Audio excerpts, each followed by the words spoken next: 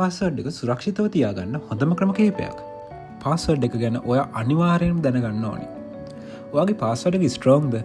නැත්නම් හැකර් කෙනෙක් ඔයාගේ Facebook, Gmail, bank account එකට ප්‍රවේශ වීමට ගත වෙන්නේ විනාඩි කිහිපයක් කියලා දැනගෙන හිටියද? අද වීඩියෝ එකේදී මම ඔයාලට කියන්නේ පාස්වර්ඩ් එකක් ආරක්ෂිතව තියාගන්න හොඳම ක්‍රම කිහිපයක්. ඔයා දැනටමත් හොඳ පාස්වර්ඩ් එකක් භාවිතා කරනවා වෙන්න පුළුවන්. අනිවාර්යෙන්ම කමෙන්ට් කරන්න. මම දෙන්නේ සංදීප. දැන් ඔයාලට බයිට්ස් එකෙන් නැතින් valuable IT lesson සිංහලෙන්ම ඉගෙන ගන්න පුළුවන්. තේරෙන සිංහලෙන්ම IT ඉගෙන ගන්න බයිට්ස් එකෙන් YouTube නාලිකාව subscribe කරන්න. පාස්වර්ඩ් එකක් කියන්නේ මොකක්ද? හැකර්ස්ලා කොහොමද ඒව හොයාගන්නේ? පාස්වර්ඩ් එකක් කියන්නේ ඔයාගේ ඔන්ලයින් ජීවිතය ආරක්ෂා කරන පළමු දොරටුව කිව්වත් මම හරි. හැකර්ස්ලා පාස්වර්ඩ් ක්‍රැක් කරන විදිය. පළවෙනි ක්‍රමය brute force attack. මේකෙදි වෙන්නේ එක් මුරපදයේ පද්ධතිය ඇතුළු කිරීමට උත්සාහ කරමින් නිවැරදි මුරපදයේ හෝ යතුරු හමු වෙනකම් මේක දිගටම කරගෙන යන එක. මේක වැඩියෙන්ම කරන්නේ ස්වයංක්‍රීය මෘදුකාංගයක් පාවිච්චි කරලා. දෙවැනි ක්‍රමය ඩික්ෂනරි ඇටැක්. ඩික්ෂනරි ඇටැක් කියන්නේ පහසුම පාස්වර්ඩ් ක්‍රැකින් ක්‍රමයන්ගෙන් එකක්. මේකෙදි වෙන්නේ ප්‍රීඩිෆයින් වර්ඩ් ලිස්ට් එකක් යූස් කරලා පාස්වර්ඩ් එක ගෙස් කරන එක. හැකර්ස් ළඟ සාමාන්‍යයෙන් පාවිච්චි වෙන පාස්වර්ඩ් ලිස්ට් එකක් තියෙනවා. හැකර් කරන්නේ ඒ ලිස්ට් එක පාස්වර්ඩ් වලින් ටාගට් සිස්ටම් එකට ලොගින් වෙන්න උත්සාහ කරන එක. පාස්වර්ඩ් එක මැච් වුණ ගමන් ඔහුට සිස්ටම් එකට ඇතුළු වෙන්න පුළුවන් වෙනවා. තුන්වෙනි ක්‍රමය ෆිෂින් ඇටැක්. ෆිෂින් ඇටැක් කියන්නේ අන්තර්ජාල වංචාවක්. මේකෙදි වෙන්නේ හැකර් යම්කිසි විශ්වාසදායක ආයතනයක හරි පුද්ගලයෙකුගේ හරි අනන්‍යතාවය පාවිච්චි කරලා ඔයාගේ පුද්ගලික දත්ත හෝ මුරපද ලබා ගැනීමට උත්සාහ කරන එක.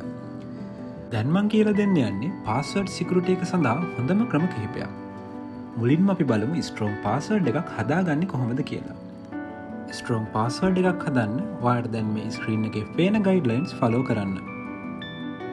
ඔයාගේ පාස්වර්ඩ් එක ආරක්ෂිතද? එහෙම නැත්නම් අදම අප්ඩේට් කරන්න.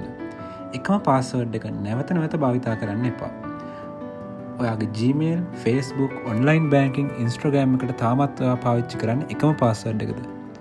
එහෙනම් ඔයාගේ සියලුම account hack වෙන්න තියෙන සම්භාවිතාවය ගොඩක් වැඩි. හැකර්ස්ලා data breach වලින් පාස්වර්ඩ් එක හොයාගෙන වෙනත් ගිණුම් වලටත් login වෙන්න පුළුවන්. කෙනෙකුට හිතෙන්න පුළුවන් accounts කිහිපයකට පාස්වර්ඩ් කිහිපයක් දැම්මොත් කොහොමද මතක තියාගන්නේ කියලා. ඒ වගේම කොහොමද මම complex පාස්වර්ඩ් එකක් හදාගන්නේ කියලා. හැබැයි ඒක ඒ තරම් අපහසු දෙයක් නෙමෙයි. ඔයාට කරන්න තියෙන්නේ පාස්වර්ඩ් මැනේජර් එකක් use කරන එක. BitTorrent කියන්නේ වෙළඳ පොලේ තියෙන කිසිදු මුදල් ගෙවීමකින් තොරව භාවිතා කළ හැකි ඉතා ආරක්ෂාකාරී පාස්වර්ඩ් මැනේජර් එකක්. දැන්ම පාස්වර්ඩ් මැනේජර් එකක් use කරන්න. ඊළඟ ඔප්ෂන් එක තමයි ඔයාට පුළුවන් two factor authentication එක පාවිච්චි කරන්න. two factor authentication කියන්නේ අතිරේක ආරක්ෂාවක්. මේක ඔයාගේ login එකට තවත් protection එකක් එකතු කරනවා. Google Authenticator, SMS code, email verification ඔයාට use කරන්න පුළුවන්. කවුරු හරි ඔයාගේ password එක හොයාගත්තත් ඒගොල්ලන්ට තව step එකක් පාස් කරන්න වෙනවා. Gmail, Facebook, Instagram, online banking මේ සියල්ලටම two factor authentication enable කරන්න. ඔයාගේ ගිණුමට two factor authentication add කරන්න. නැත්නම් hack වීමෙන් බේරෙන්න බෑ. phishing attacks වලට හසු වෙන්න එපා. ඔයාගේ බැංක් එකෙන් හරි social media එකෙන් හරි password එක ඇතුළත් කරන්න කියලා email එකක් එවන්නේ නැහැ. phishing attack එකක් අපි හඳුනගන්නේ කොහොමද? sender email address එක check කරන්න. වෙබ්සයිට් එක https secured කියලා බලන්න. අවශ්‍ය නම් ඔයාගේ බැංක් එකට කෝල් එකක් දෙන්න. phishing attack වලට හසු වෙන්නේ නැතුව ඉන්න හොඳම විදිය තමයි email links check කරන්න. අද අපි කතා කළේ ඔයාගේ password security එක ගැන. මේ හැම ක්‍රමයක්ම follow කරලා ඔයාට දැන් පුළුවන් ඔයාගේ online account එක ආරක්ෂා කරගන්න. තව tech security tricks දැනගන්න bytes එකට subscribe කරන්න.